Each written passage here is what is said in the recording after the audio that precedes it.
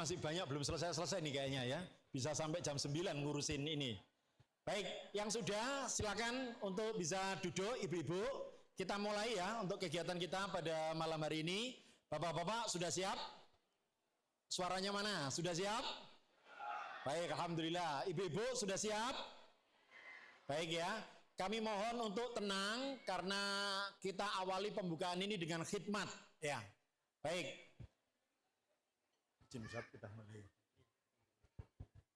Baik, kita mulai Bapak Ibu semuanya. Bismillahirrahmanirrahim. Assalamualaikum warahmatullahi wabarakatuh. Alhamdulillah wassalatu wassalamu ala Rasulillah wa ala alihi wa sahbihi ajmain. Bapak Ibu yang kami hormati, yang pertama mari kita memanjatkan syukur kepada Allah Subhanahu wa taala pada kesempatan malam hari ini atas limpahan nikmat yang dikaruniakan Allah kepada kita, sehingga malam ini kita mendapatkan nikmat yang besar. Yang pertama yaitu keimanan, yang kedua kesehatan, dan yang ketiga adalah kesempatan. Sehingga pada malam hari ini kita bisa hadir bersama mengikuti kegiatan yang spesial ini, majelis yang insya Allah diberkahi oleh Allah, apalagi kalau bukan majelis ilmu. Ya, insya Allah Bapak Ibu selama 3 hari ke depan kita akan bersama-sama mengikuti kegiatan daurah bersama Ustadz Syafiq Riza Basalama atau daurah USRB bersama dengan ustadz-ustadz yang lain. Ya, baik. Alhamdulillah sudah hadir di tengah-tengah kita. Ya, ada 6 guru kita atau 6 ustadz kita. Insya Allah diantara kita sudah mengenal beliau-beliau. Ya, izin kami absen satu persatu, Ustadz. Ya baik, jadi hadir pada kesempatan malam hari ini di sebelah saya ada Kak Erlan, ya. Boleh, ini alhamdulillah ya, ada Kak Erlan, kemudian ada Ustadz Syafiq, ada Ustadz Ami, ada Ustadz Sandi, ada Ustadz Abdurrahman Zahir, ada Kak Erlan, dan juga ada Kak Yogi. Hadir ya Ustadz ya, lengkap semua? Alhamdulillah ya, aman ya. Baik. Bapak Ibu yang saya hormati, di pembukaan kali ini kita ada kesempatan ya untuk ustadz-ustadz kita akan mungkin sedikit ya menyampaikan barangkali spill lah ya, spill dulu mungkin materi yang akan disampaikan, juga mungkin harapan, nasihat atau motivasi bagi para peserta daurah USRB ini ya. Satu persatu kami berikan kesempatan ya. Yang pertama kepada yang paling muda ya. Yang paling muda Ustadz Ami ya. Masya Allah. Ini muda pengaku-ngaku muda ini ya. Baik ya. Kira-kira yang paling muda? Ya. Oh, dari yang paling besar. Baik ya. Ya, dimulai dari yang paling besar. Oh, dimulai dari paling besar ya. Jadi nanti mulainya tidak berdasarkan umur, tapi berdasarkan berat badan ya. Baik, ini Masya Allah Ustadz ini ya. Baik, kepada Kak Erlan ya. Kepada Kak Erlan kami berikan kesempatan untuk menyapa para peserta. Mungkin ada nasihat singkat saja bagi para peserta. Kami persilakan Ustadz. Ya, Bismillahirrahmanirrahim. Assalamualaikum warahmatullahi wabarakatuh. Waalaikumsalam warahmatullahi wabarakatuh. Alhamdulillah, assalatu wassalamu ala rasulillah, wala hawla wala quwata illa billah, amma ba'du. Bersanjung sekali ini Ustaz, karena dimulai dari yang paling muda dari Ustaz. Atau yang paling berat Ustaz. Ya, Masya Allah, ayah bunda yang dirahmati oleh Allah, senang sekali bisa kembali membersamai ayah bunda dan juga anak-anak yang insya Allah akan belajar bersama Kak Erlan dan Kak Yogi selama 3 hari ke depan. Dan topik yang akan kita kaji bersama buah hati ayah bunda sekalian insya Allah relate dengan topik daurah kita kali ini, yaitu doa-doa terindah Rasulullah SAW. Dan insya Allah nanti kita akan ajarkan anak-anak materi-materi seputar zikir-zikir dan juga doa-doa. Dan semoga ini juga jadi pengingat buat kita ayah bunda untuk senantiasa banyak berzikir kepada Allah Subhanahu wa taala. Karena kami teringat dengan sebuah riwayat di mana ada seorang laki-laki bertanya kepada Rasulullah sallallahu alaihi wasallam tentang jihad apa yang pahalanya paling besar, puasa apa yang pahalanya paling besar, dan amal-amal ibadah lainnya apa saja yang paling besar. Maka kata Nabi sallallahu alaihi wasallam, yang paling besar pahalanya itu aktsaruhum lillahi dzikran. Mereka yang paling banyak zikirnya kepada Allah Subhanahu wa taala. Boleh jadi kita berangkat di hari yang sama, di waktu yang sama, di hotel yang sama, kajian di tempat yang sama, tapi pahala yang didapat masing-masing kita jauh berbeda. Maka di antara indikator pengukurnya adalah yang paling banyak zikirnya kepada Allah Subhanahu wa taala. Begitu pula untuk para peserta, demikian pula para panitia. Walaupun ini sudah yang ke-9 kalinya, tetap harus bertawakal dan banyak doa sama Allah Subhanahu wa taala biar dimudahkan. Walaupun ini agak unik, ini ada banyak lantunan murotal loh Ustaz ya. Ini kayak hotel syariah botanika nih ya. Masya Allah, Allahumma barik. Tapi nanti mungkin Ustaz Ami akan mengkaji hukum-hukum fikihnya Ustaz ya. Baik, mungkin dari Kak Erlan singkat saja. Semoga bisa jadi pengingat buat kita semua ayah bunda untuk banyak zikir dan banyak doa kepada Allah Subhanahu wa taala. Barakallahu fikum. Baik, alhamdulillah, terima kasih Kak Erlan, jazakallahu khairan. Ya. Selanjutnya kita akan berkenalan gitu ya, dan mungkin bisa menyapa juga para peserta. Ibu-ibu, ibu-ibu yang belum bisa masuk itu ya. Masya Allah. Iya, ini ibu-ibu masih tertahan di ada luar. Ada peserta yang belum bisa masuk. Tafassahu fil majalis. Ya. Yafsahillahu lakum. Kita lanjut atau masih diatur dulu Ustaz? Insya Allah menyesuaikan. Ya, Silakan kasih yang sebelah sana itu. Terutama untuk ibu-ibu yang belum bisa masuk ke ruangan, mohon panitia membantu untuk mengatur. Baik, iya. Baik, kami lanjutkan ya, Bapak Ibu. Terutama untuk panitia akhwat, ya berkenan untuk bisa mengatur ibu-ibu yang masih tertahan di luar. Ya. Mungkin tetap tenang ya, supaya bisa kita lanjutkan. Baik, Bapak Ibu, kita akan berkenalan dan Ustadz akan menyapa. Yang kedua, karena sebelumnya Kak Erlan, maka yang selanjutnya juga Kak juga mestinya ya.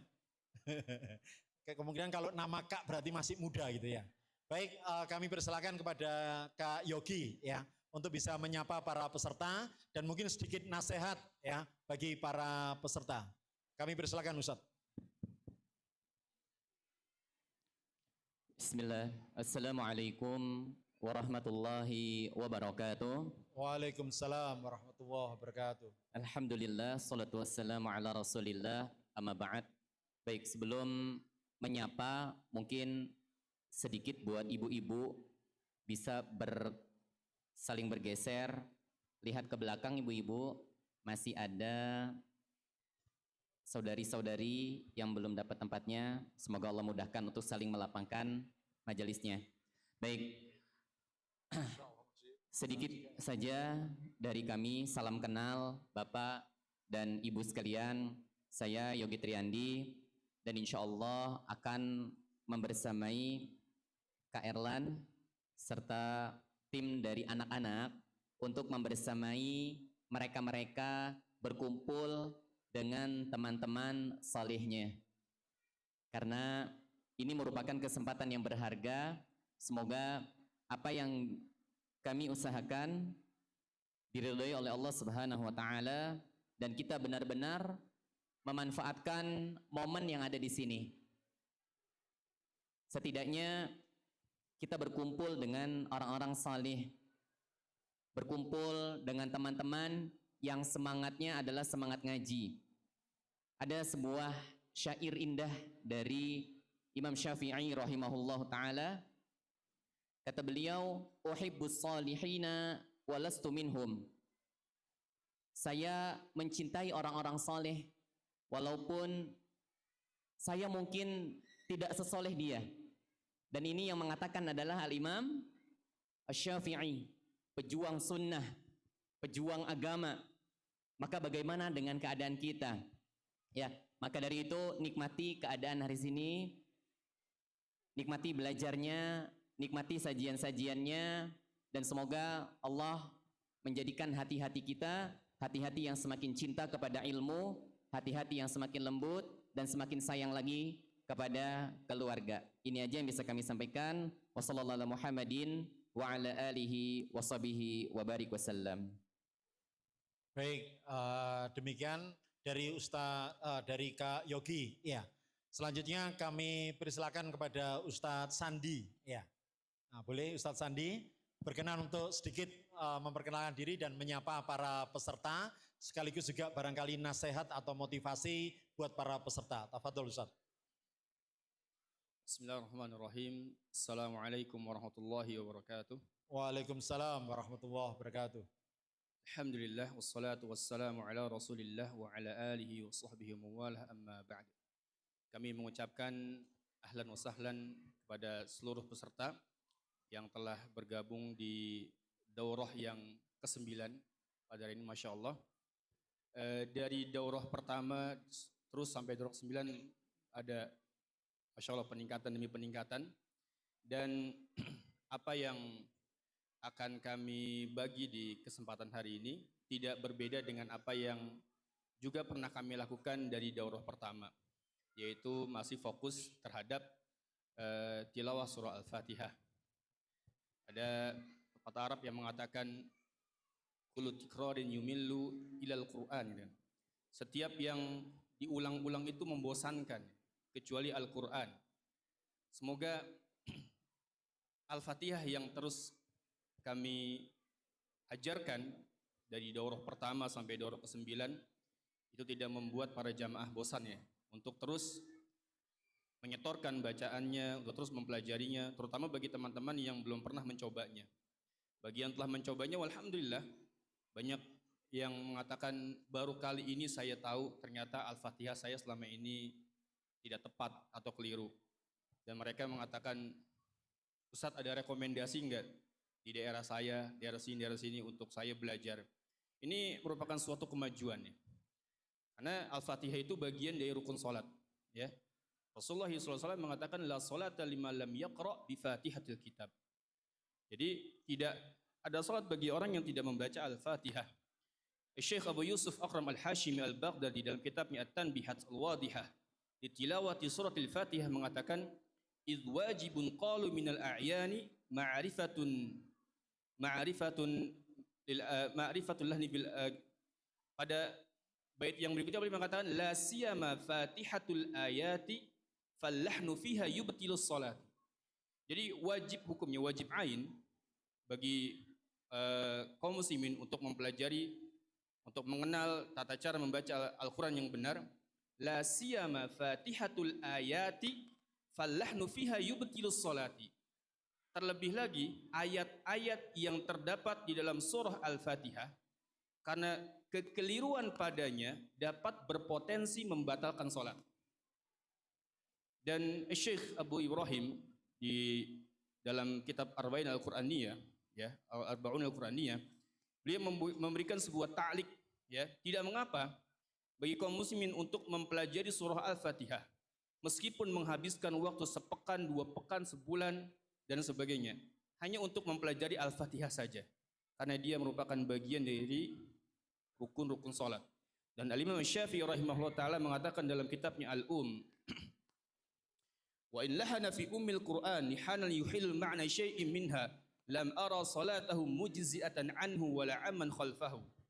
Jadi ketika seseorang membaca Al-Fatihah di dalam salat dan dia terjatuh ke dalam kekeliruan yang kekeliruan tersebut dapat mengubah makna, kata Al-Imam Syafi'i rahimahullah, aku berpendapat salatnya tidak sah. Salatnya tidak sah. Maka hendaknya bagi kaum muslimin untuk bersemangat mempelajari, menyetorkan bacaan Al-Fatihahnya di hadapan seorang guru, berusaha.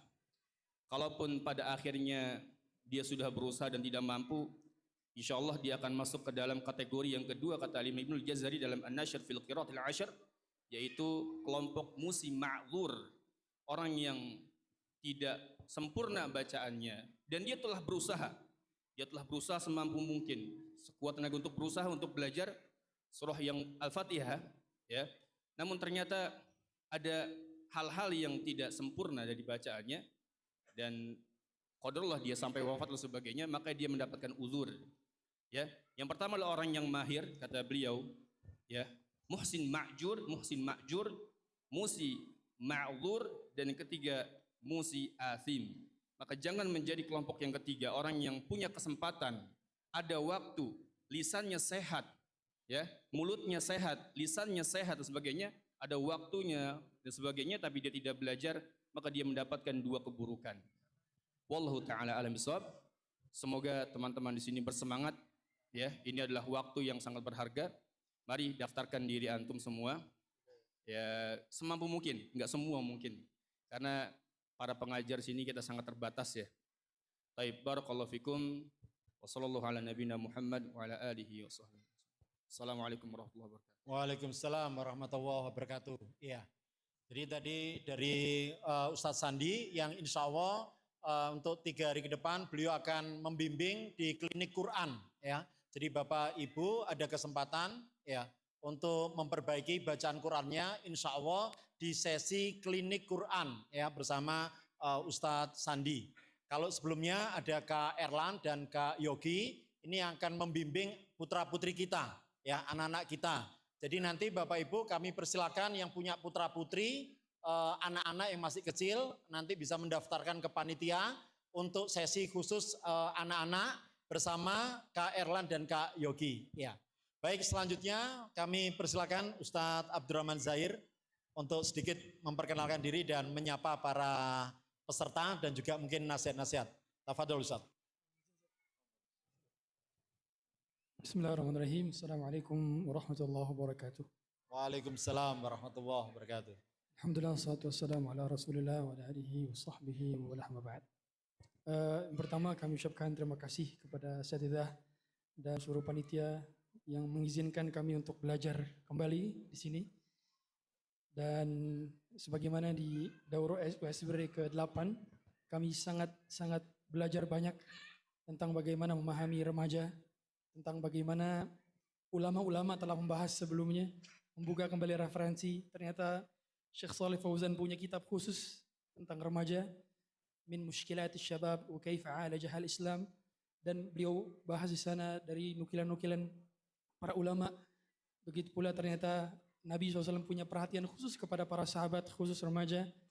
Maka dari banyaknya referensi yang kiranya bisa bermanfaat untuk dibahas, kami mengambil 3 poin yang insya Allah akan dibahas di pembahasan kali ini dengan 3 tema, dengan 3 kali kajian, yaitu malam ini dan besok 2 kali kajian bersama teman-teman remaja. Saya tidak tahu jumlahnya berapa banyak remaja yang akan hadir, karena menurut kabar sebagian sudah pada masuk pondok, Ustaz.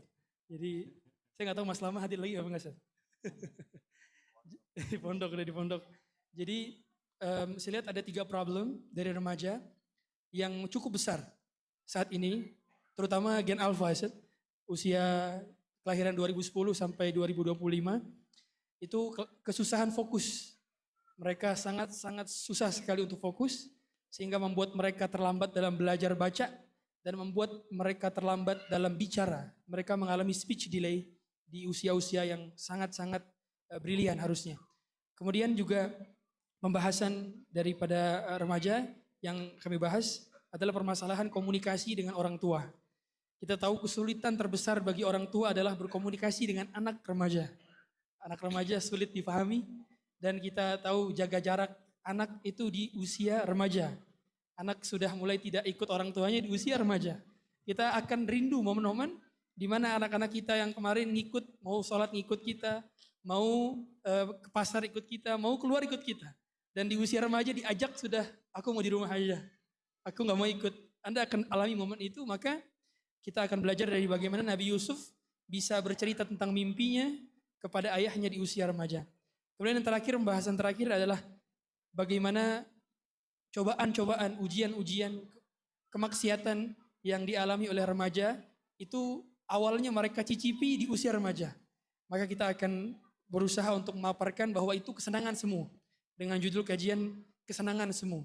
Karena betapa sering kita lihat hampir kebanyakan orang-orang itu mengawali merokoknya, pacarannya, tawurannya di usia remaja. maka tantangan terbesar bagi kita untuk memperkenalkan kepada mereka bahwa kesenangan yang mereka hadapi itu adalah instan dopamin atau kesenangan yang bersifat semu dan tidak akan mereka rasakan kenikmatan itu di masa mendatang. Demikian Ustaz, mohon koreksi dari asatidz sekalian. Sallallahu alaihi Muhammadin wa ala alihi wasallam. Assalamualaikum warahmatullahi wabarakatuh. Baik, kami sampaikan terima kasih kepada Ustadz Abdurrahman Zahir. Ya, insya Allah beliau yang akan mengisi kajian remaja untuk 2 hari ke depan. Jadi sekali lagi untuk Bapak Ibu yang memiliki putra putri usia remaja, kami sampaikan untuk kami mohon untuk bisa mendaftarkan ke panitia untuk mengikuti bimbingan bersama Ustadz Abdurrahman Zahir. Ya, baik, selanjutnya Bapak Ibu, kami persilakan kepada Ustadz Aminur Bait ya untuk bisa menyapa para peserta dan mungkin sedikit nasihat atau motivasi. Kami persilakan Ustadz. Terima kasih. Assalamualaikum warahmatullahi wabarakatuh. Waalaikumsalam warahmatullahi wabarakatuh. Alhamdulillahi haqqa hamdih. Wa ashhadu an la ilaha illallah wahdahu la syarika lah. Ta'ziman li majdih. Wa ashhadu anna Muhammadan abduhu wa rasuluh. Salawatu rabbi wa salamu alaihi wa ala alihi wa ashabihi wa man sara ala nahjihi wa tanna bi sunnatihi ila yaumil qiyamah. Ada satu yang berbeda antara daurah kali ini dengan sebelumnya. Tadi saya sempat menyampaikan ke Ustaz Syafiq, jumlah jamaah ibu-ibu jauh lebih banyak daripada bapak-bapak. Itu husnudzon saya. Satu bapak membawa 2 atau 3. Iya ini. Di panitia ada datanya enggak? Betul Pak? Oh, bawa 2 anak, 3 anak ya. Makanya yang ibu-ibu sampai enggak muat tadi yang bawa Pak, masih banyak yang longgar. Ini mungkin tabirnya nanti geser ke kanan gitu ya. Iya, ijabnya. Masya Allah. Alhamdulillah, kita bersyukur kepada Allah. Malam ini kita bisa mengikuti pembukaan daurah yang kesekian. Semoga Allah Subhanahu wa taala menambah keberkahan dari aktivitas daurah kali ini dan untuk berikutnya.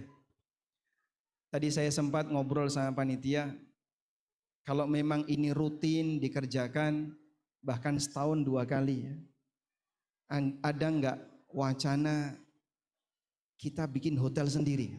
Masya Allah. Insya Allah investor di sini cukup banyak. Banyak ini ya, Masya Allah. Jadi mungkin kayak model kondotel ya. Satu jamaah bisa 5 unit, 10 unit.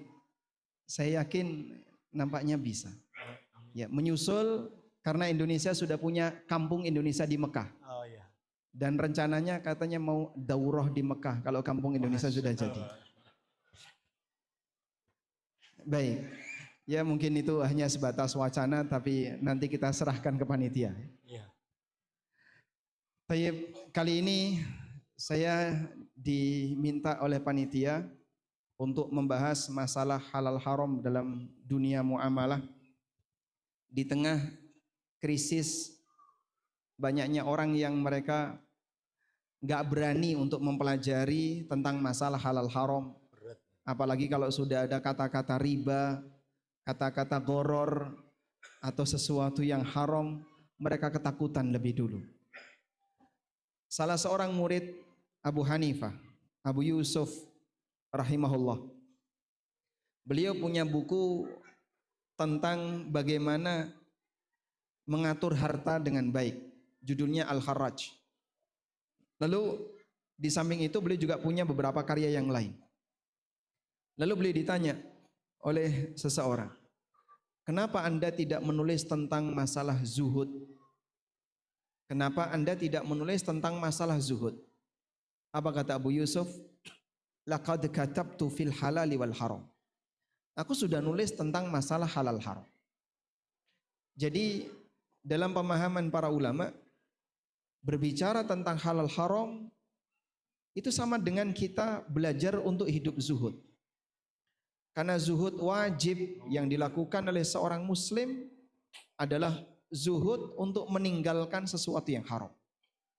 Baik dari sisi transaksinya maupun harta, ketika dia harus hidup zuhud, zuhud yang paling wajib di titik ini.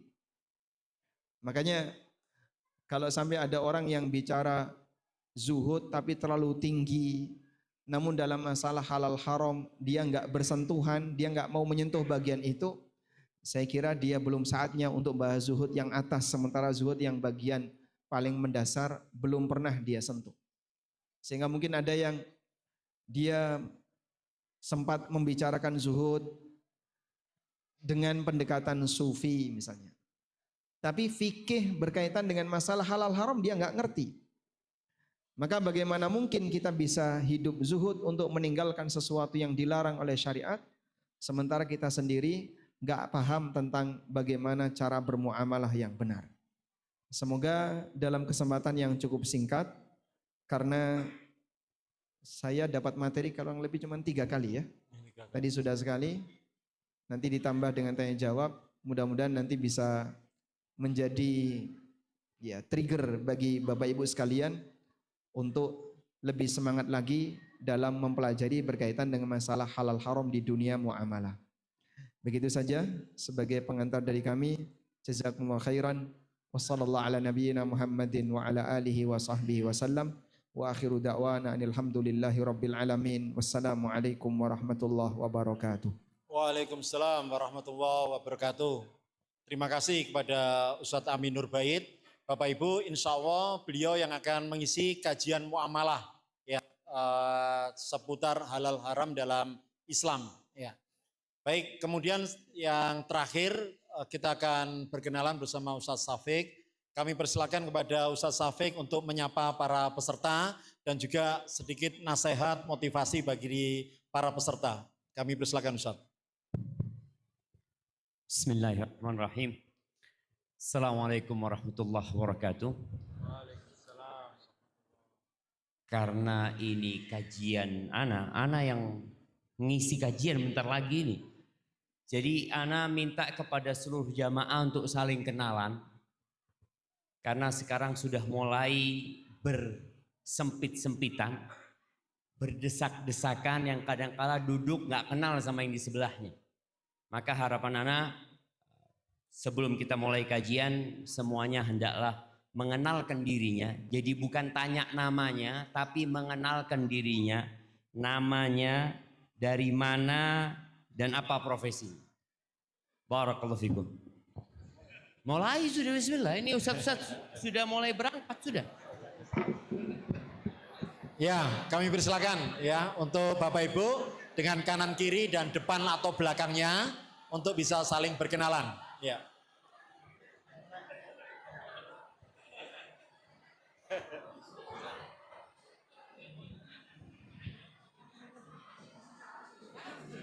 Loh.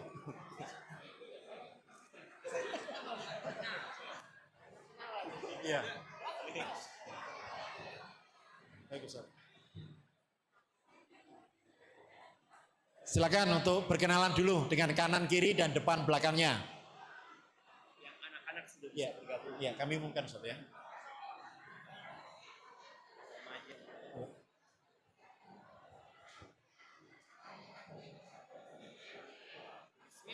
Baik, cukup ya. Oh, bilang dulu ya. Oh, kayaknya masih belum tuntas. Ya.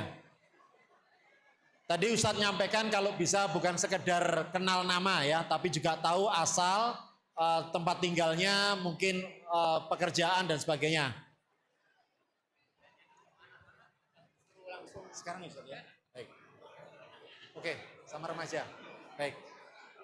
Baik, Bapak Ibu, kami mohon perhatian. Tenang dulu, ya. Ada informasi dari panitia sebelum kajian sesi bersama Ustadz Syafiq, bagi yang punya putra-putri, anak-anak dan remaja, kami persilakan untuk putra-putrinya bisa ke belakang, ke panitia untuk diantar ke ruangan kajian anak-anak dan remaja. Kami beri waktu mungkin 2 menit cukup ya. Silakan untuk Bapak Ibu yang punya putra-putri, remaja dan anak-anak bisa meminta putra-putrinya ke belakang untuk bisa mengikuti kajian remaja dan anak-anak. Kami beri waktu 2 menit, ya. Setelah itu bapak-bapak dan ibu-ibunya tetap di dalam ruangan.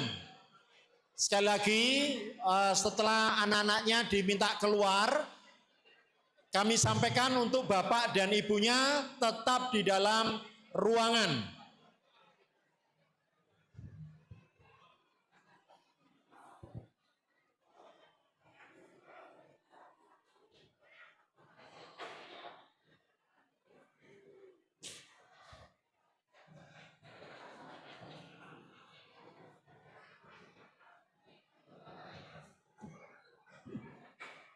Baik,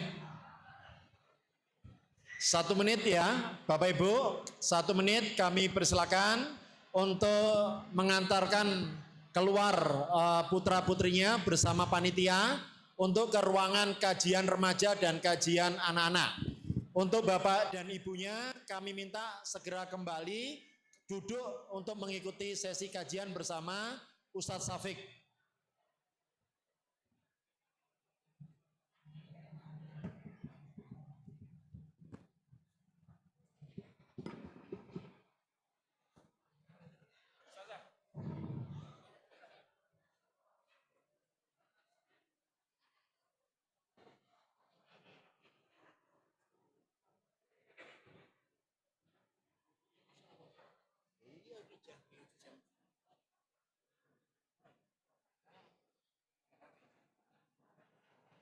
Nggak apa-apa ya?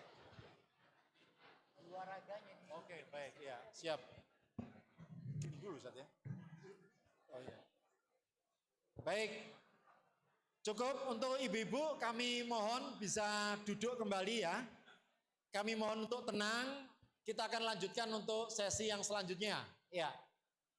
Baik, sebelum Ustadz memulai kajian, saya absen dulu ya, Bapak Ibu, saya absen dulu. Saya tanya, kalau saya teriakkan bagaimana kehadiran, Bapak Ibu kami mohon kepalkan tangan, ya, tinju ke udara kanan dan kiri sambil meneriakkan, sambil menjawab jiwa raga, ya. Perhatikan sekali lagi, kami akan absen dulu ya Bapak Ibu kehadirannya. Kalau saya teriakkan bagaimana kehadiran, jawabnya apa? Jiwa raga. Ya, ibu-ibu paham ya? Baik, saya cek dulu, saya absen dulu kehadirannya. Bagaimana kehadiran? Baik, kayaknya raganya oke, menjiwainya masih kurang ya. Jadi mesti yang semangat jiwa dan raganya. Baik, kami cek dulu sekali lagi. Saya tanya, bagaimana kehadiran? Baik, alhamdulillah ada peningkatan ya jiwa raganya.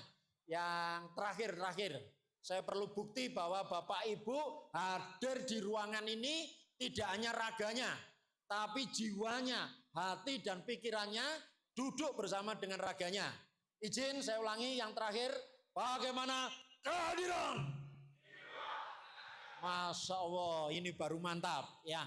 Jadi Bapak Ibu, kenapa saya mesti mengabsen bertanya kehadiran ya? Karena kami menjumpai sering terjadi di kegiatan pengajian, pelatihan, seminar, itu raganya hadir Pak ya. Raganya hadir, tapi jiwa ini sering tiba-tiba apa? Maksliut gitu ya. Nah, tiba-tiba jiwanya pindah gitu ya ke tempat yang lain. Nah, ini jangan sampai demikian. Jadi yang hadir sekali lagi kami mohon tidak hanya raganya tapi jiwanya, pikirannya, hatinya duduk bersama dengan raganya. Siap Bapak-bapak? Siap Ibu-ibu? Baik ya, jadi pastikan semuanya hadir jiwa dan raga. Ya. Yang terakhir Bapak Ibu, saya tanya sekali lagi ya. Kalau saya teriakkan kekuatan ya, kami mohon dijawab dengan apa? 55 ya, sambil tangannya menunjukkan angka 55 ya. Kalau saya teriak apa? Kekuatan ya. Coba. Kekuatan. Kekuatan. Baik ya, jadi ini maksudnya apa? 55 itu Tunggu. Ada yang 55. lah. Ini Ustadz menilai nih ya. Baik. Yang tinggi tangannya Yang 55. tinggi, berarti belum 5 Ustadz ya. Belum, baru Baik, 2 ya. itu. Baru 2 ya.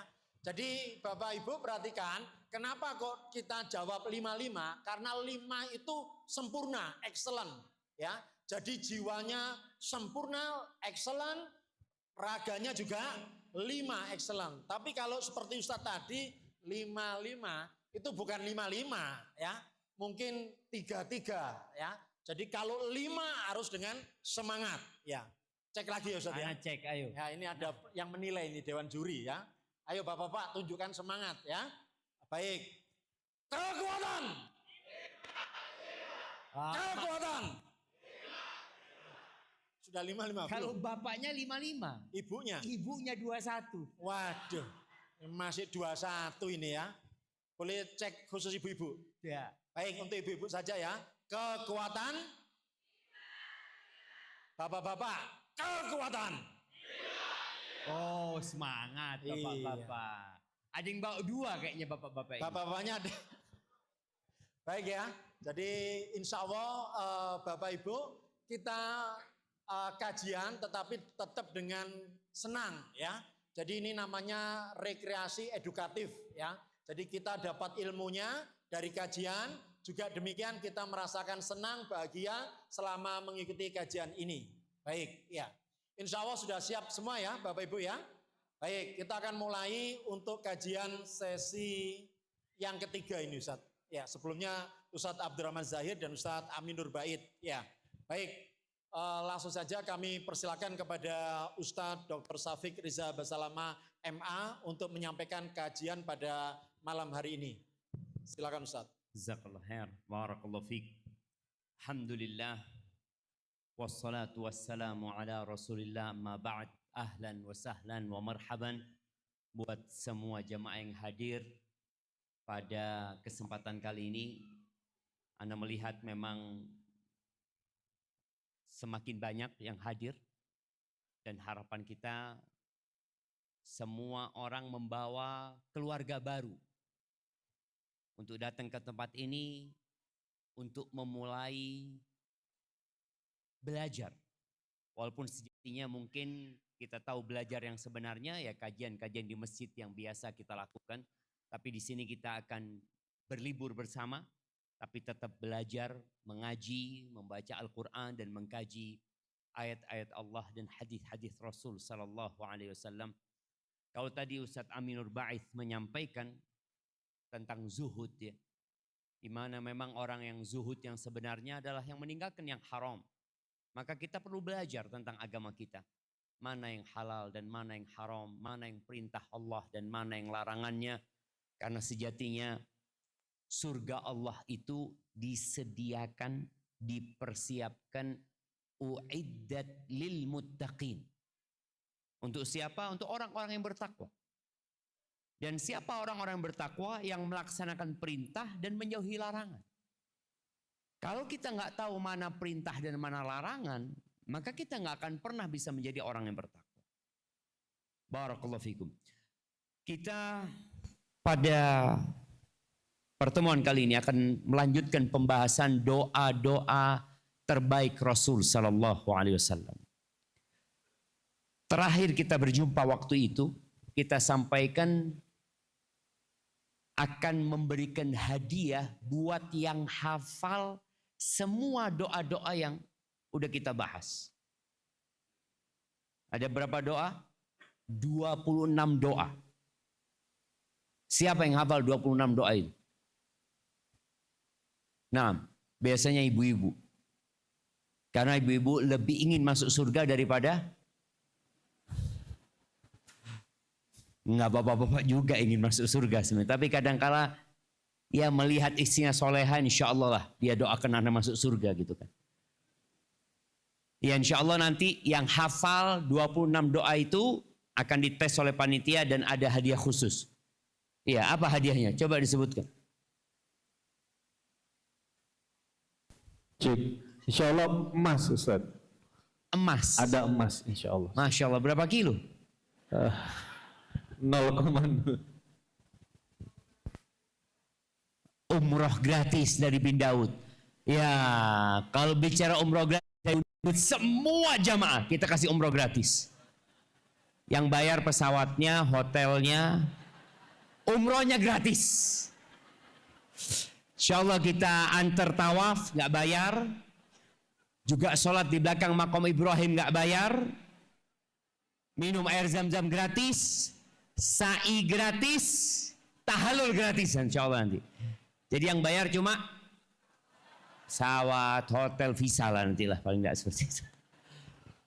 Barakallahu fikum. Jamaah, sebelum kita mulai doa-doa yang baru, kenapa kita perlu belajar doa-doa? Siapa yang mau jawab? Itu udah pernah dibahas. Kenapa kita perlu belajar doa-doa Rasulullah SAW? Kita semua punya permintaan. Kita punya mimpi. Kita punya cita-cita.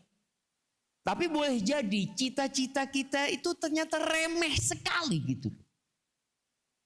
Bahkan seharusnya tidak menjadi cita-cita. Mungkin juga tidak menjadi permohonan kita yang terbesar. Kita tahu di doa Nabi SAW beliau mengatakan wala taj'alid dunya akbar hammina. Ya Allah, jangan jadikan dunia itu ambisi kami yang terbesar. Wala mablagha ilmina. Puncak dari ilmu kami yang ada dalam benak kita, yang selalu kita pikirkan di hati kita, selalu dunia. Padahal ada sesuatu yang lebih dahsyat daripada dunia dan isi. Siapa yang mau jawab? Kenapa kita kok mempelajari doa-doa Rasulullah Sallallahu Alaihi Wasallam? Padahal kita bisa bikin doa sendiri. Iya, ibu-ibu silakan yang mau jawab. Iya, monggo, mana panitia? Mic-nya diberikan. Iya, silahkan diberikan kepada yang angkat tangan. Nah.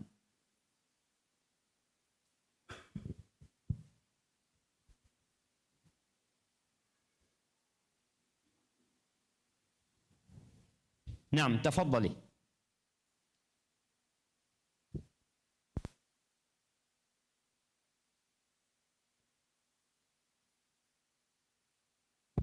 Dihidupkan dulu. Udah hidup.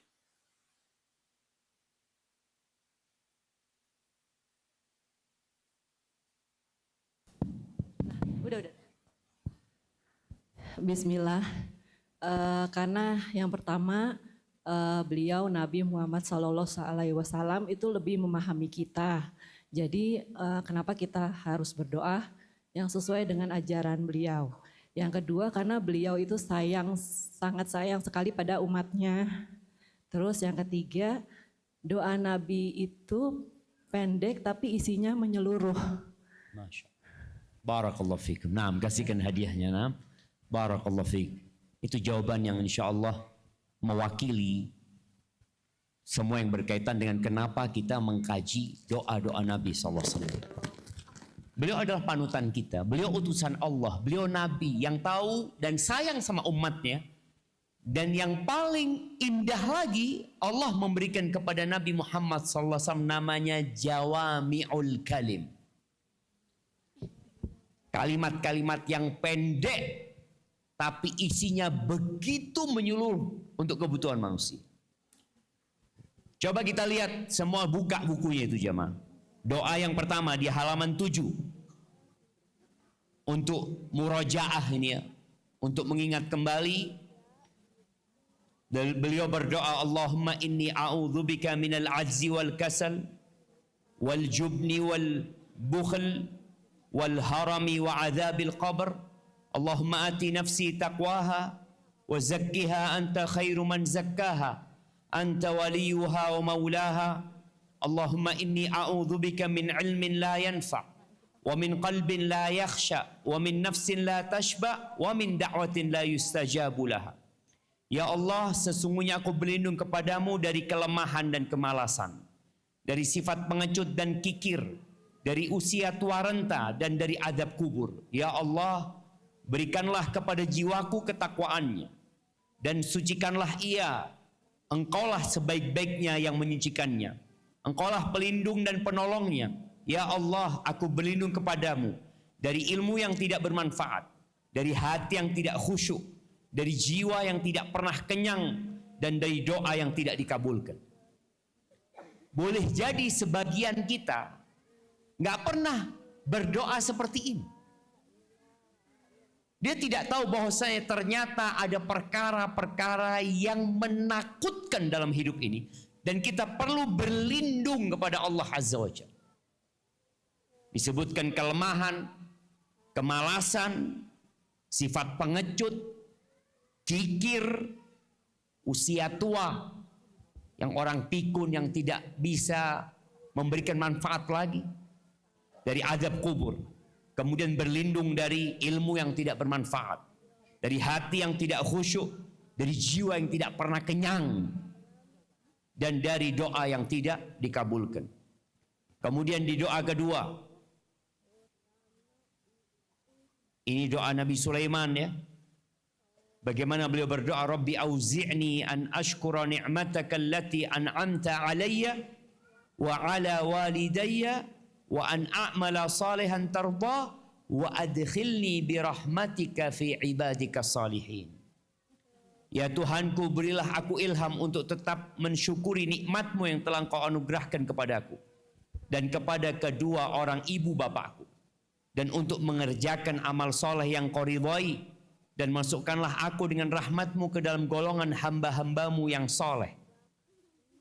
Tadi kita dengar ucapan dari Kak Yogi berkaitan dengan kumpul sama orang-orang soleh ya. Bagaimana Imam Syafi'i mengatakan uhibbus solihina walastu minhum. Aku cinta sama orang-orang soleh, tapi aku bukan termasuk dari mereka. Dan doanya Nabi Sulaiman, wa adkhilni birahmatika fi ibadika salihin. Masukkan hamba ke dalam golongan hamba-hambamu yang soleh. Kemudian yang nomor 3 doa sapu jagat ya, yang biasa kita baca. Kemudian yang nomor 4, Nabi SAW minta petunjuk, minta ketakwaan. Beliau meminta penjagaan kehormatan diri, minta kecukupan kepada Allah Azza wa Jal. Kemudian doanya Nabi Yunus ya, la ilaha illa anta subhanaka inni kuntu minadh dhalimin. Kemudian doa yang menghilangkan kegelisahan, kecemasan ya, khususnya di masa yang banyak orang kena penyakit mental ya. Maka harapan ana semua mempelajari doa ini, karena Nabi SAW menyampaikan seharusnya setiap muslim yang mendengar doa ini untuk menghafalkan. Jadi yang nomor 6 ini mohon kita benar-benar sering membacanya, karena banyak orang stres dan depresi di masa sekarang ini jemaah. Kemudian doa meminta agar tetap di atas ketaatan dan tidak terjatuh kembali ke dalam kesesatannya. Insyaallah semuanya hafal. Rabbana la tuzigh qulubana ba'da idh hadaitana wa hab lana min ladunka rahmah innaka antal wahhab. Kemudian doa Allahumma musarrifal qulub sarrif qulubana ala ta'atik. Dan ingat, doa ini jalan pintas untuk mendapatkan apa yang kita inginkan. Apapun masalahnya, kita tahu Allah tinggal mengatakan kun, selesai. Terus terang, ana terkadang ketika sholat itu memikirkan sebuah permasalahan yang ana berusaha untuk mencari solusinya ketika sholat. Akhirnya nggak khusyuk sholatnya. Kita berpikir mungkin seperti ini, mungkin seperti ini. Padahal itu bisikan setan supaya kita lupa kepada Allah Azza wa Jalla. Seharusnya yang dilakukan seorang muslim tatkala datang pikiran setan itu yang menyuruh kita untuk mencari solusi akan masalah yang kita hadapi, kita sedang sholat, kita tinggal minta sama Allah. Tatkala kita mengatakan Allahu Akbar, lalu Allahu Akbar, Allahu Akbar, kayaknya disuruh tidur kita jamaah. Kok dibikin redup ini lampunya? Nah, jadi seharusnya tadi Anda berusaha untuk mengusir pikiran itu dengan mengatakan Allah Azza wa Jalla bisa menyelesaikan masalah. Nggak perlu Anda memikirkan masalah itu. Maka doalah ketika sujud itu. Memohon kepada Allah, ya Allah aku punya masalah ya Allah. Di antara masalah besar kita adalah sulitnya kita melakukan ketaatan. Berat sekali. Dan kalau tadi dikatakan oleh Ustadz Abdurrahman Zahid berkaitan dengan dopamin ya, yang kesenangan semu ya, di mana orang kadangkala terdorong untuk melakukan kemaksiatan untuk mendapatkan sedikit kesenangan.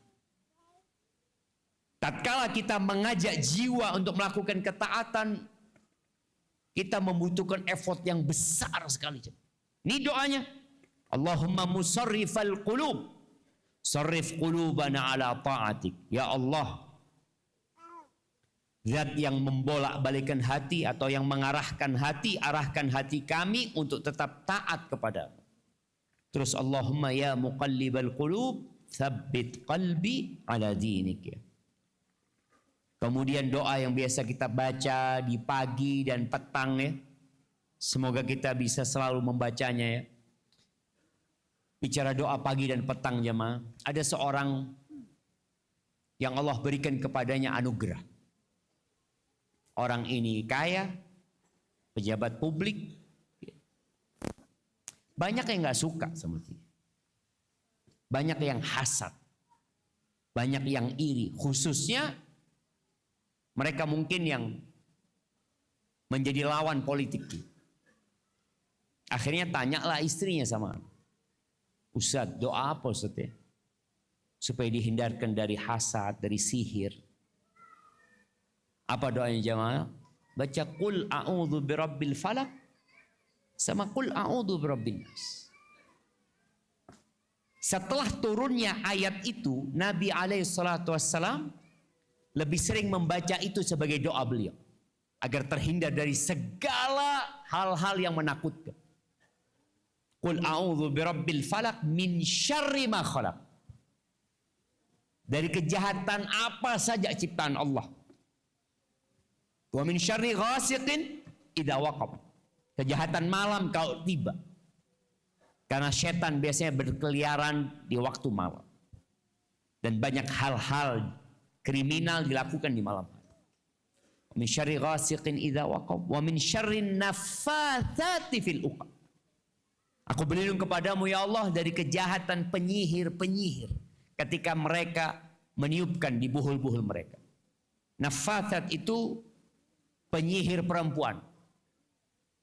Kenapa kok perempuan banyak penyihir jemaah? Ibu-ibu, pernah dengar kakek sihir? Hah? Nggak ada kan? Yang ada nenek sihir. Nggak ada kakek sihir. Makanya Allah mengatakan wa min syarrin naffatsati fil uqud. Dari nenek sihir itu. Karena perempuan ketika lemah, dia akhirnya akan menggunakan kekuatan-kekuatan sihir itu. Maka kita berlindung kepada Allah dari itu. Maka baca di pagi dan petang setiap selesai sholat ya. Mau tidur baca lagi. Semoga Allah selamatkan kita. Nah, ini di doa yang nomor 10 ini doa yang biasa kita baca pagi dan petang. Dan isinya menyeluruh sekali jemaah ya. Tolong jangan ditinggalkan. Kemudian doa memohon takdir yang terbaik ini ya. Ini juga betapa indahnya. Mohon kita membaca. Kalau nggak hafal dibaca jemaah. Khususnya di waktu-waktu yang mustajab. Kemudian nomor 12 juga. Ini bagaimana kita menyerahkan diri kita benar-benar kepada Allah Azza wa Jalla. Berlepas diri dari semua kekuatan dan kemampuan kita. Allahumma laka aslamtu.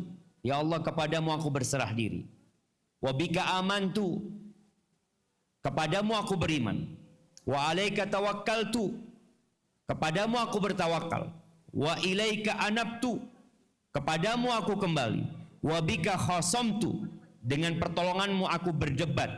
Allahumma inni a'udzu biizzatika la ilaha illa anta an tudhillani. Ya Allah, sesungguhnya aku berlindung kepadamu dengan kemuliaanmu, tidak ada Tuhan yang berhak disembah selain Engkau, agar Engkau tidak menyesatkanku. Bayangin. Nabi SAW di setiap khutbahnya atau hampir di setiap khutbahnya beliau membaca khutbatul hajah. Di antara yang beliau sampaikan, man yahdillah fala mudhillalah wa man yudlil fala hadiya. Barang siapa yang disesatkan sama Allah, nggak ada yang bisa ngasih nasihat. Ada. Maka di sini beliau berlindung, jangan sampai Allah engkau sesatkan aku ya. Antal hayyul ladzi la yamut wal jinnu wal insu yamutun. Engkau yang maha hidup, yang tidak akan mati. Sedangkan jin dan manusia bakal mati. Kemudian di doa yang nomor 13 ya. Ini doa yang biasa kita baca sebelum kita tidur. Usahakan kita untuk selalu membacanya. Kita membaca 2 ayat terakhir dari surat Al-Baqarah ya. Kemudian di ayat yang terakhir itu doa.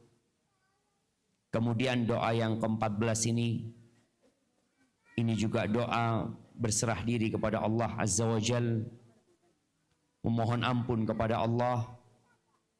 Lalu doa yang nomor 15 ini doanya Abu Bakar.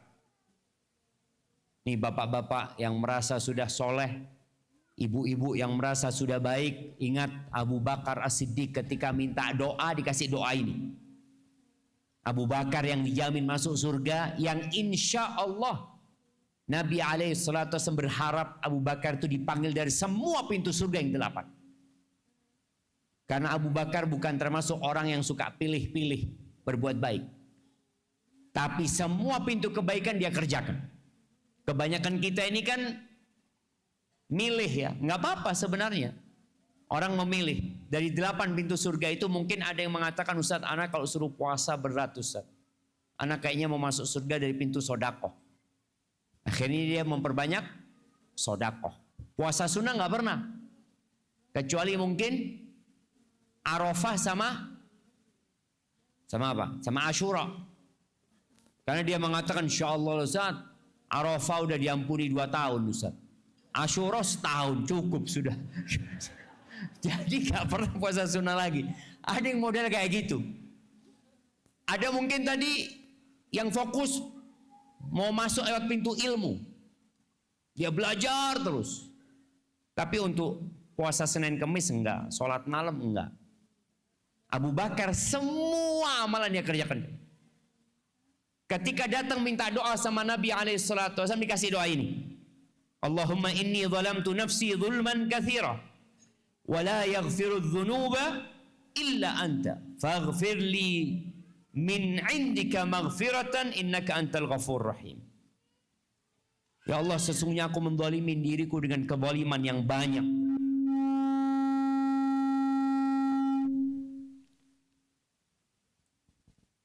Kayaknya sengaja jemaah supaya nggak ngantuk jemaah. Baguslah sekali-kali tiap berapa menit digitukan ya.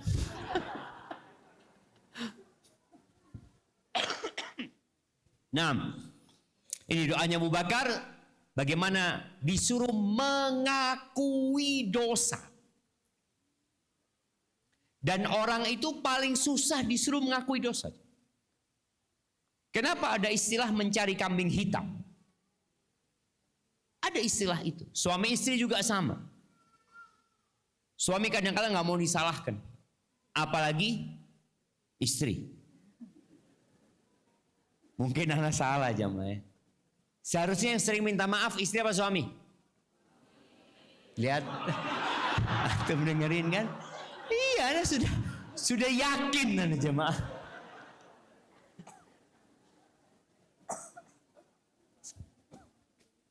Beberapa kali anak sampaikan kepada MC.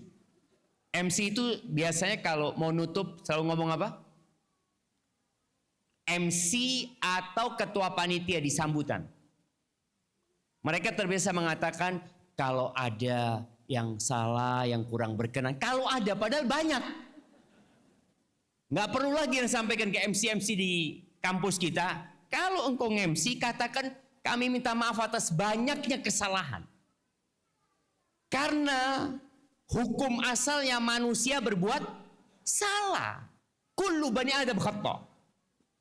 Jadi kesempurnaan itu milik Allah Azza wa Jalla. Istri kalau minta maaf kayak apa bapak-bapak? Coba yang mau nyontohin kita kasih hadiah. Kasih mic-nya.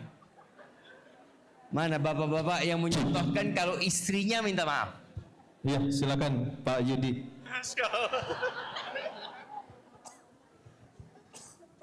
Waduh. Bismillah. Ya, bismillah. Istri antum pernah minta maaf nggak? Alhamdulillah. Alhamdulillah. Alhamdulillah. Sering? Alhamdulillah. Wah, alhamdulillah. Alhamdulillah. Gimana kalau minta maaf dia? Alhamdulillah, Ustaz. Coba seperti apa ketika dia merangkai kata-kata minta maaf?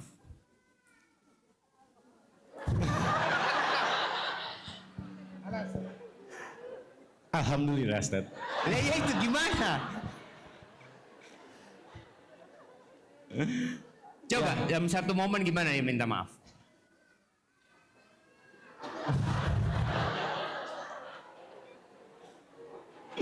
Waduh.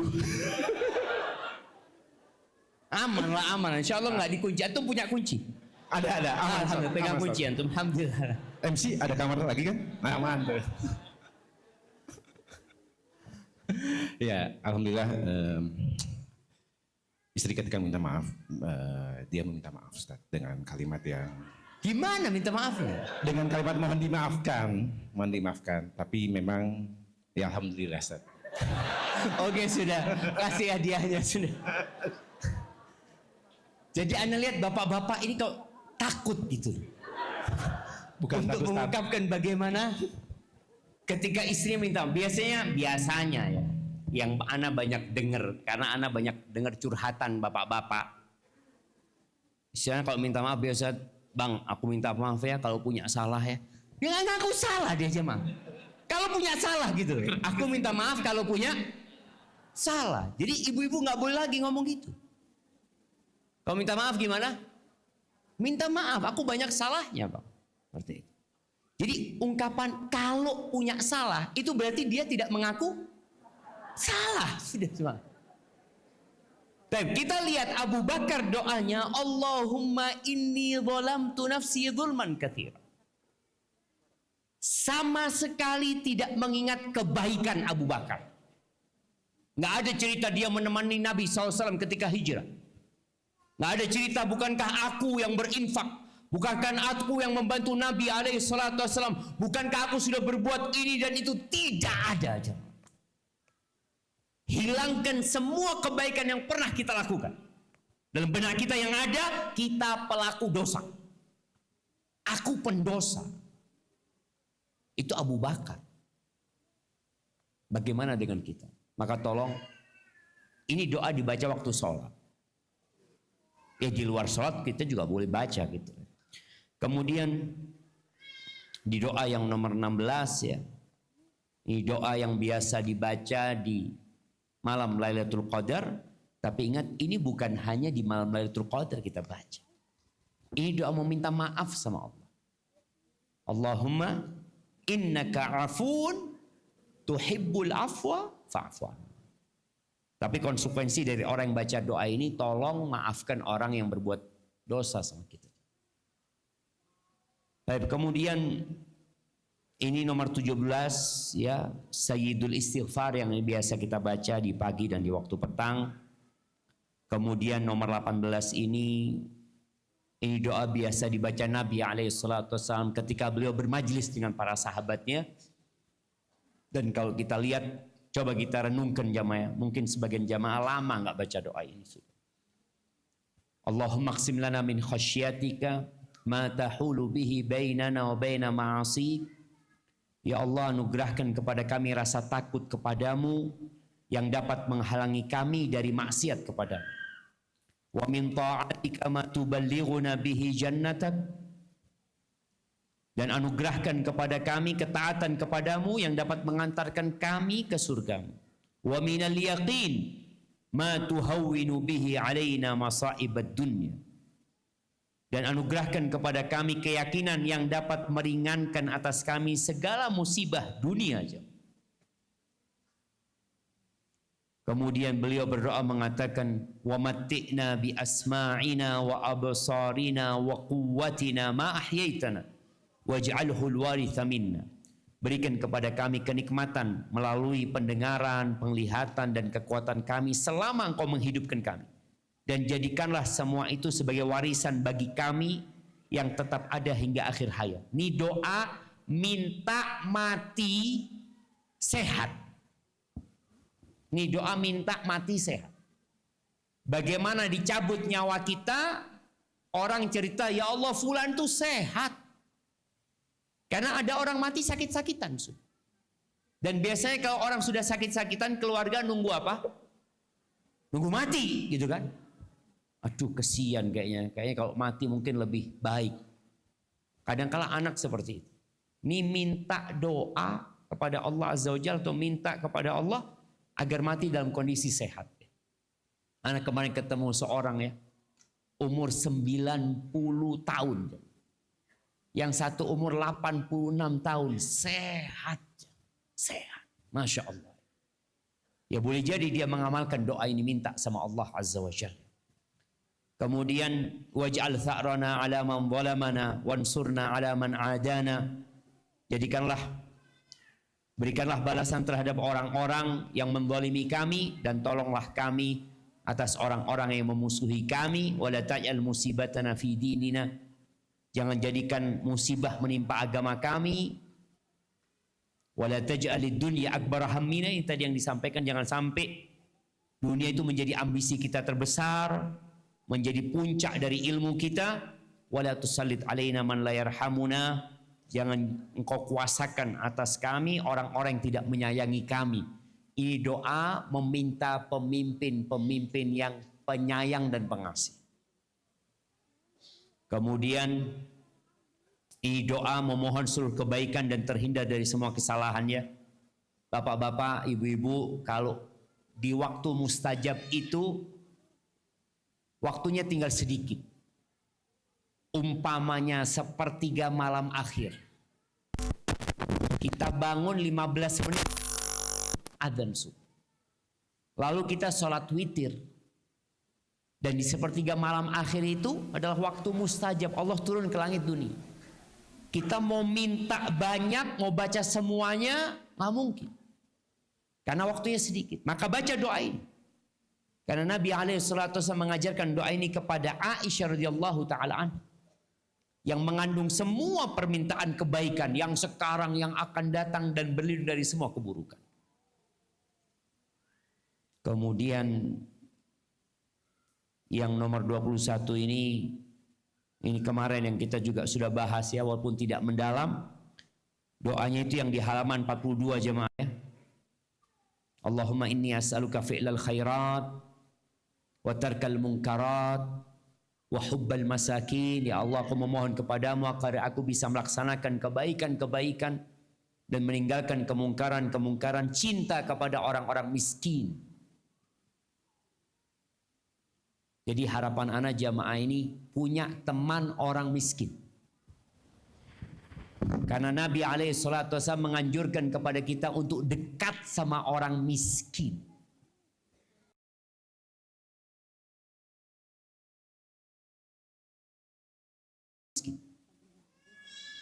Tapi alhamdulillah yang punya pembantu di rumah yang miskin itu dekatlah sama pembantunya. Jangan dibatasin pembantu itu sama majikannya. Kadang-kadang ada pembantu yang nggak pernah ngobrol sama majikannya. Yang ada perintah. Kerjakan, lakukan ini. Coba engkau duduk sama pembantu. Dengarkan cerita dia. Bagaimana dia di kampungnya.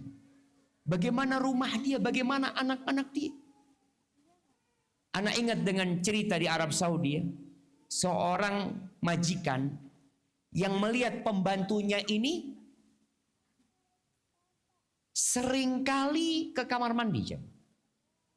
Ke kamar mandi lagi, ke kamar mandi, heran ditanya. Akhirnya dipanggil sama majikannya.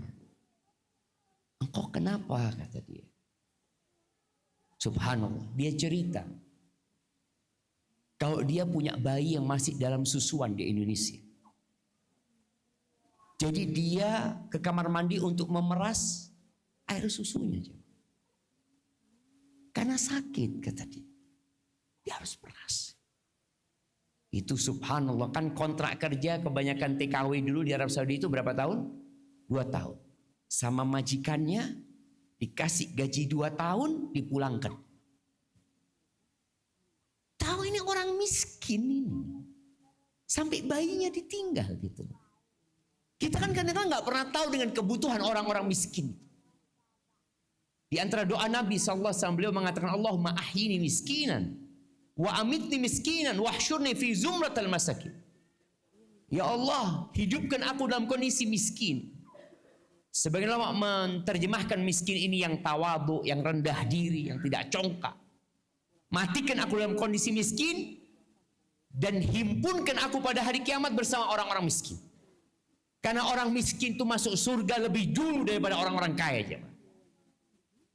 Dan Nabi SAW mengatakan, waqaftu inda babil jannah. Aku berhenti di pintu surga. Dan ternyata yang paling banyak masuk surga itu orang-orang miskin. Maka tolong cintai orang-orang miskin. Kalau engkau tidak bisa berangkat ke rumah orang-orang miskin, pembantumu di rumah. Yang dia orang miskin, dekatlah sama dia. Kadangkala dia kepingin curhat, dia ingin ngomong sesuatu, nggak berani dia. Karena ngelihat majikannya, apalagi mak-mak yang judes ya. Allahu Akbar. Gelas pecah 1, potong gaji. Piring dia cuci piring pecah, potong gaji. Padahal kalau emak-emak yang nyuci sendiri, pecah juga. Ketika anak di Medina, nggak ada pembantu di rumah. Kok sering kita beli gelas, beli piring, ternyata ya pecah. Namanya orang itu pakai sabun, nyuci, lepas, pecah sama. Tapi ada bos-bos yang terlalu suka sama pembantunya, kesian. Majikan yang sering ganti pembantu, majikan yang baik apa yang buruk? Nggak berani jawab ibu-ibu. Anak mau tanya sama ibu-ibu. Majikan yang sering ganti pembantu itu majikan yang baik apa yang buruk? Pembantunya yang buruk apa majikannya yang buruk? Lihat, pembantunya yang buruk kata jemaah. Tidak jemaah. Jadi kalau sudah sering kalau datang pembantunya ganti lagi. Oh, bermasalah berarti. Majikannya yang bermasalah. Maka tolong perhatikan ya. Di sini doanya Nabi SAW, beliau minta wahubbal masakin, agar aku cinta sama orang-orang miskin. Karena kita kalau cinta sama orang miskin, insya Allah cinta kita tulus dan karena Allah. Kita nggak punya kepentingan apa-apa sama dia, kecuali kita mau riak sama orang-orang. Tapi sama dia apa? Apa manfaat kita? Kita yang kasih manfaat sama dia. Tapi kalau sama orang kaya, sama pejabat, kebanyakan cinta kita karena kepentingan. Ada maslahat. Dekat sama ustadz, kadang-kala ya karena maslahat aja. Bukan karena Allah. Tapi kalau sama orang miskin, apa maslahat? Nggak ada kadang-kala. Maka tolong semuanya kalau bisa tadi cinta sama orang miskin. Jadi kalau ketemu seorang miskin itu, ya Allah ini insya Allah yang masuk surga lebih dulu daripada kita. Majikannya sedang dihisap, panjang belum tentu selamat. Boleh jadi pembantunya lewat sama majikannya. Assalamualaikum Pak. Anda masuk dulu ya. Barakallahu fikum. Boleh jadi jemaah. Boleh jadi. Kenapa? Dia nggak ada yang mau dihisap. Apanya yang mau dihisap? Gaji buat bayar sekolah anaknya. Gaji buat token listrik. Habis sudah. Kalau yang ini, Allahu Akbar. Akan ditanya satu persatu. Dapat dari mana dan kemana diinfakkan. Kemudian wa antaghfirali wa tarhamani, minta supaya diampuni, dirahmati Allah. Wa idza aradta fitnatan fi qaumin Fatawaffani ghaira maftun.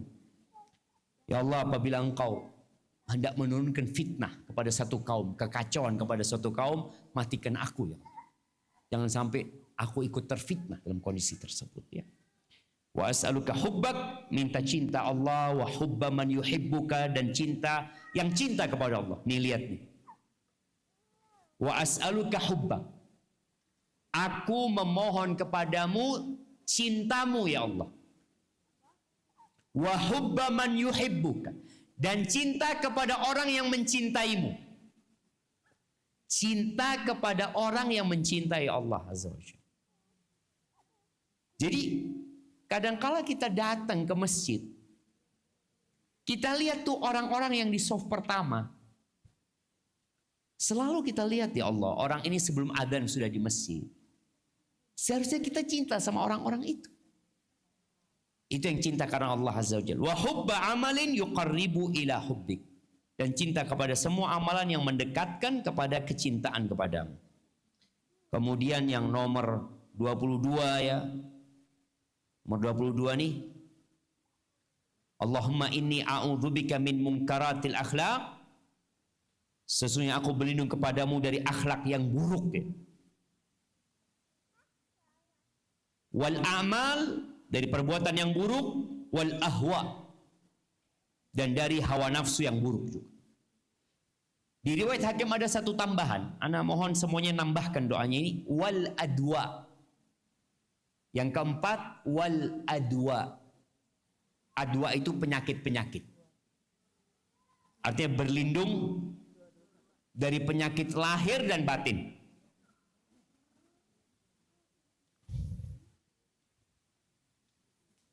Ya, kemudian yang nomor 23, ini yang sudah sempat kita bahas juga.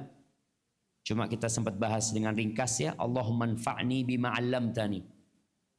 Ya Allah, berikan aku manfaat dari apa yang telah Engkau ajarkan kepadaku. Wa 'allimni ma yanfa'uni, ajarkan aku apa yang bermanfaat bagiku. Warzuqni ilman tanfa'uni bihi, dan tambahkan kepadaku ilmu yang bermanfaat buat aku ya. Berikan aku rezeki ilmu. Di riwayat lain, wazidni ilman, dan tambahkan buat aku ilmu ya. Jadi jangan sampai ini yang sudah ikut daurah 9 kali. Bapak-bapak, coba angkat tangan. Yang 9 kali nggak pernah absen. Kita mau kasih hadiah jemaah. Nggak ada bapak-bapak. Masya Allah. Oke, bapak-bapak ada 1. Ibu-ibu. Ibu-ibunya ada? Oke, kasih hadiah. Tuh 9 kali. Nanti ingat, pertanyaan tentang ilmu itu bukan berapa kali ikut daurah. Bukan berapa banyak hafalannya. Bukan berapa ustadz yang dia belajar kepadanya. Tapi yang akan ditanya, an ilmihi mada amilabi. Tentang ilmunya dipakai buat apa? Dipakai buat apa? Ilmu yang tidak diamalkan nggak ada gunanya. Nanti Ustadz Ami akan bahas tentang halal, haram, muamalah. Kita cuma dengerin, ya Ustadz mah nggak tahu realita yang ada. Dia dari awal nggak mau ninggalin yang haram. Zul. Ketika anak ketemu sama salah satu wali kota, dia baru menjabat. Anak tanya sama dia, Bang, sebenarnya masalah terbesar yang abang hadapi itu apa sih di kota ini? Kata dia, manusianya Ustaz. Kita selalu mengatakan sistem, enggak. Manusianya. Jadi memang yang harus diperbaiki ya manusianya diperbaiki. Ketika kita mengatakan memang nggak mungkin Ustaz. Nah ini manusianya kayak gini nih. Ngomong nggak mungkin. Ketika manusia ngomong nggak mungkin kita meninggalkan riba. Ya udah. Yang perlu diperbaiki bukan sistemnya. Sistem itu yang bikin siapa?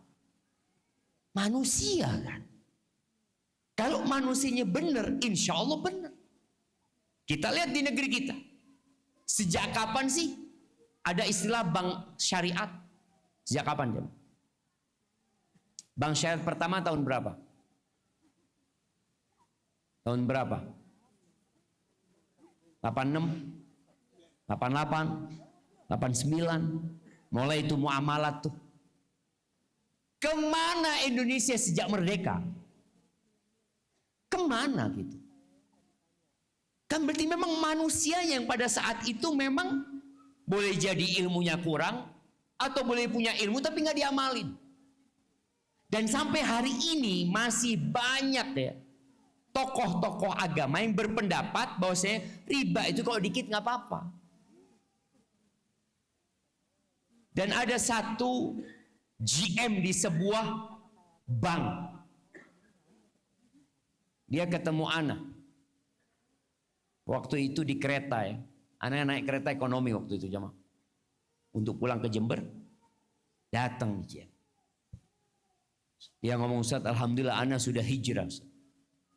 Sejak hijrah itu Ana ketemunya sama Ustaz kata dia. Dulu ketika dia GM ketemunya sama artis-artis. Sama pejabat-pejabat. Dia ngomong sejak 10 tahun yang lalu Ana sudah mau tobat Ustaz. Ketemulah sama Ustaz. Kata Ustaz itu, nggak apa-apa lah yang penting banyak sodakoh, kata dia. Betul dia cerita jemaah. Jadi ini manusianya tadi itu, bagaimana dia membuat orang yang mau tobat jadi nggak tobat. Ustaz dia ngomong. Akhirnya anak banyakin sodakoh Ustaz. Tapi sodakoh dari mana? Dari riba gitu. Gimana? Innallaha thayyibun la yaqbalu illa thayyiban. Allah itu maha baik, nggak terima kecuali dari yang baik gitu. Maka tadi ingat, kenapa kita minta ilmu yang bermanfaat? Kenapa kita minta supaya kita dapat manfaat dari ilmu itu? Karena kalau nggak diamalkan, nggak manfaat buat kita. Datang lagi daurah, datang lagi kajian, di masjid kita kajian ya. Dan emak-emak ini juga, mama dengerin. Emak-emak ini kadang kala jamaah. Hari Senin kajian. Selasa kajian. Rabu kajian. Kamis kajian lagi. Jumat kajian. Sabtu suami ada di rumah. Kaji lagi. Ahad ngaji lagi. Kata suaminya, ini belajar apaan dia? Bukankah surganya istri itu suaminya? Yang seharusnya ketika suaminya ada di rumah, dia nggak perlu izin sama suaminya kajian. Kan dia udah ngaji Senin, Selasa, Rabu, Kamis, Jumat. Rumah, ilmu yang 5 hari itu diamalkan kepada suaminya. Surganya mama siapa? Suaminya gitu. Makanya kadangkala ada sebagian suami yang mengeluh kepada satu ustadz. Ana masih ingat ya. Ana ditegur sama Ustaz Abdul Hakim. Ustaz Abdul Hakim Abdad, hafizahullah ta'ala. Yang ngomong, Syafiq kata dia. Itu ada jamaah, kata dia. Datang sama Ana ngomong. Ana punya istri, sejak dengerin kajiannya Syafiq, kata dia. Jadi durhaka sama.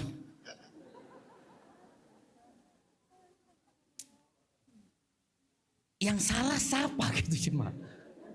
Masa Ana yang salah ya? Boleh jadi Ana salah lah. Jadi ada buku. Judulnya Anda Tidak Menikah Dengannya. Itu kitab bukan buat emak-emak. Tolong jangan dibaca gitu. Itu kitab buat bapak-bapak. Nih emak-emak baca tuh kitab. Ngelihat suaminya. Kok nggak kayak di buku ini ya? Akhirnya muncullah pertanyaan ketika disuruh berbakti sama suaminya, taat dan nurut. Apa pertanyaannya? Suami yang seperti apa? Habis sudah jemaah. Padahal seharusnya dia tetap menghormatin suaminya. Walaupun suaminya seperti itu, ya udah itu pilihanmu. Ditaati. Maka tolong tadi ilmunya itu diamalkan. Dan mudah bagi wanita itu masuk surga. Asalkan dia sholat 5 waktu. Puasa Ramadan bayangin ya, sholat 5 waktu, nggak la qobliyah wala ba'diyah. Nggak ada sholat malam, nggak ada witir, ya cuma 5 waktu. Kemudian puasa hanya Ramadan, Arafah, Asyura enggak, Ramadan doang. Tapi yang ketiga, wa ata'at zaujah, taat, patuh, menghormati suaminya, menghargai suaminya.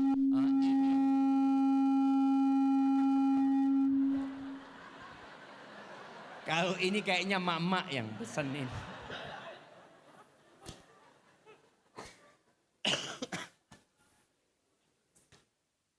Jadi yang taat, yang menghormati, yang menghargai, yang menservis, melayani, memperhatikan suaminya. Ini yang berat buat mak-mak. Betul apa enggak ibu-ibu?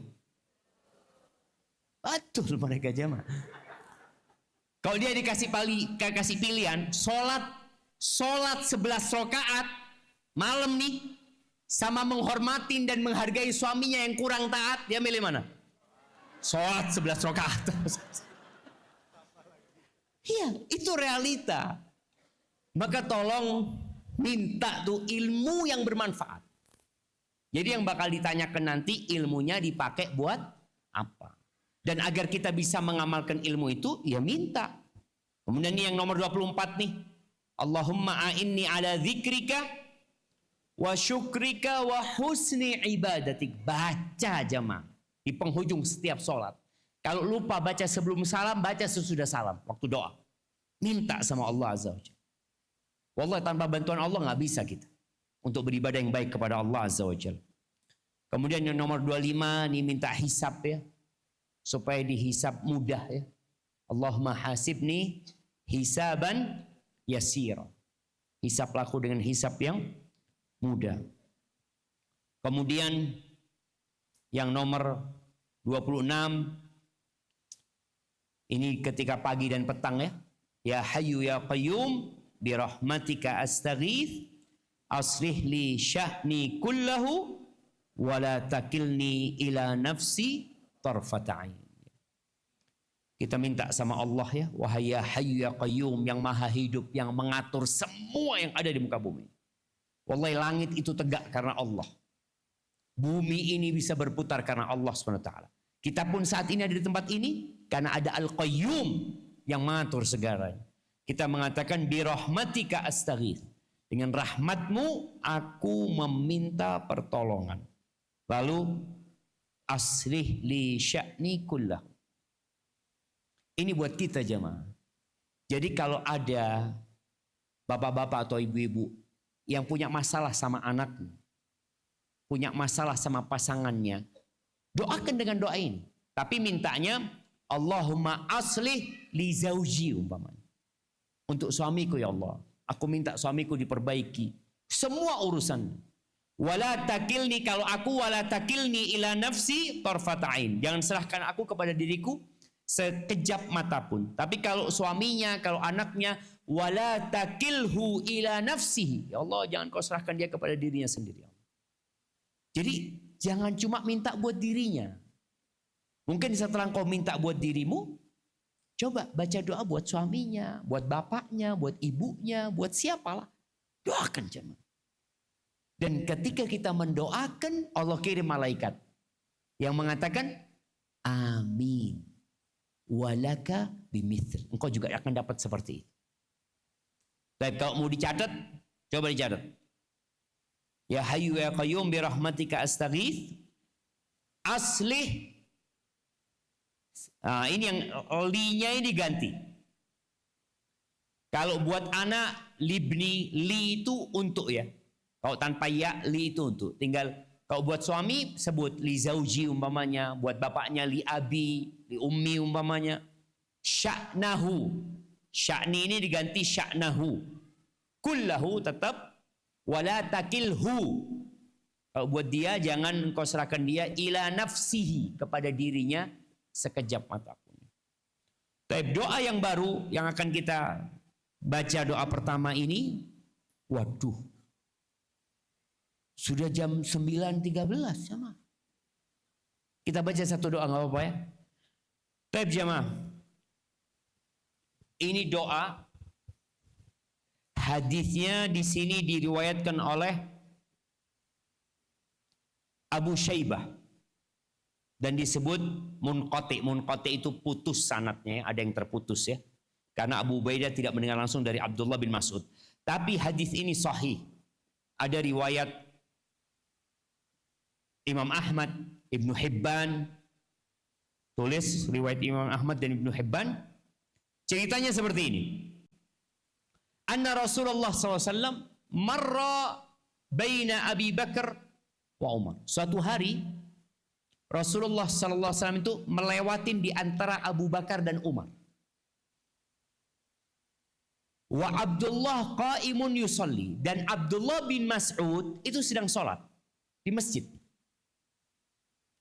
Faftataha surat An-Nisa. Abdullah bin Mas'ud baca surat An-Nisa aja. Dimulai dari awal sampai disebutkan sampai awal surat Al-Maidah. Lalu Nabi SAW mengatakan, man ahabba an yaqra'al Qur'an ghaddan kama unzil. Barang siapa yang ingin membaca Al-Quran segar seperti ketika diturunkan, falyaqra' qira'at ibni ummi abd, hendaklah membaca seperti bacaannya Ibnu Ummi Abd, yakni Abdullah bin Mas'ud radhiyallahu anhu. Fa akhadha Abdullah fi du'a, lalu Abdullah berdoa. Abdullah bin Mas'ud berdoa. Boleh jadi dalam salatnya dia berdoa. Faja'ala Rasulullah sallallahu alaihi wasallam yaqul, Nabi berkata, sal tu'ta, sal tu'ta, engkau mintalah Allah akan kabulkan. Di antara yang diminta oleh Abdullah bin Mas'ud ini doanya. Apa doanya? Allahumma inni as'aluka imanan la yartad, wa na'iman la yanfad, wa murafaqata nabika Muhammadin sallallahu alaihi wasallam fi a'la darajatil jannah jannatil khuldi. Yang artinya, ya Allah, aku memohon kepadamu iman yang tidak akan berpaling, nggak akan murtad. Minta iman yang tidak akan berpaling. Wa na'iman la yanfad, dan kenikmatan yang tidak akan habis. Dan kebersamaan dengan Nabi Muhammad SAW di derajat tertinggi surga, yaitu surga keabadian. Subhanallah. Itu kejadian Abdullah bin Mas'ud sebenarnya nggak tahu dengan kabar gembira dari Nabi Muhammad SAW. Akhirnya keesokan harinya disebutkan Umar bin Khattab ingin memberi kabar gembira kepada Abdullah bin Mas'ud. Kabar gembira apa? Tentang ucapan Nabi SAW yang ingin membaca Al-Quran segar seperti waktu diturunkan, hendaklah membaca seperti bacaannya Abdullah bin Mas'ud. Umar datang ke tempatnya Abdullah bin Mas'ud, ternyata Abu Bakar sudah ada di situ. Apa kata Umar bin Khattab? Innaka lasabbaqun bil khair. Kata Umar, engkau itu memang orang yang berlomba-lomba dalam kebaikan. Itu Abu Bakar. Maka tolong doa ini dihafalkan, paling enggak malam ini dibaca. Sebelum tidur mau dibaca ya. 1, 2, 3 kali, 4 kali. Dan kalau baca doa itu yang maksa ya. Maksa. Karena Allah itu suka kalau hambanya maksa. Kan ada hamba yang doa, ya Allah aku minta lah ya Allah. Kalau engkau kasih ya, kalau enggak ya enggak apa-apa lah. Ini orang emangnya Allah nggak bisa ngasih. Allah bisa ngasih, kau mau minta apapun minta. Akan minta aja. Dan pengulangan bacaan itu sebagai bentuk maksa. Aku minta ya Allah, seperti itu. Barakallahu fiik. Berarti malam ini cuma dapat satu hadis, satu doa kita jamaah. Kemudian di nomor 28 ini doa minta surga ya. Allahumma inna nas'alukal jannah wa na'udzubika minan nar. Yang nomor 28 ini sudah kita bahas di nomor 19 ya. Ada pengulangan di sini. Nanti kita revisi insyaallah. Baik, kemudian yang nomor 30 juga sudah dibaca. Sudah ada insyaallah. Insyaallah besok kita akan membaca yang nomor 31. Doa agar hutang lunas dan dijauhkan dari kefakiran. Nah, biasanya orang itu kalau nggak punya hutang nggak baca doa ini. Padahal doa ini dianjurkan dibaca sebelum tidur. Nabi mengajarkan doa ini kepada Fatimah, putrinya, untuk membaca doa ini setiap mau tidur. Maka malam ini tolong dibaca ya. Besok kita bahas insyaallah. Barakallahu fiik, ana kembalikan ke MC kita. Jazakumullah khairan. Semoga murajaah kita tadi membuat kita kembali cinta kepada doa-doa Rasulullah SAW dan untuk membacanya. Barakallahu fiik.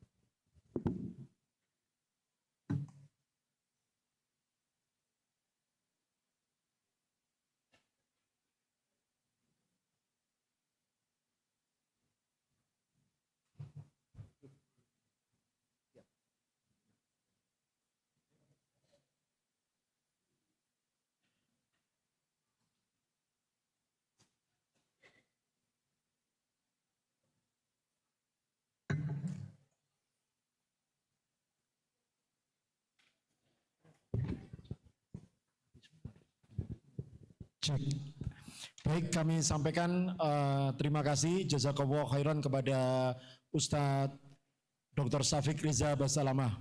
Bapak Ibu mohon waktu sebentar untuk tidak keluar, ya sebentar saja, ada beberapa pengumuman. Jadi insya Allah setelah ini Bapak Ibu bisa istirahat.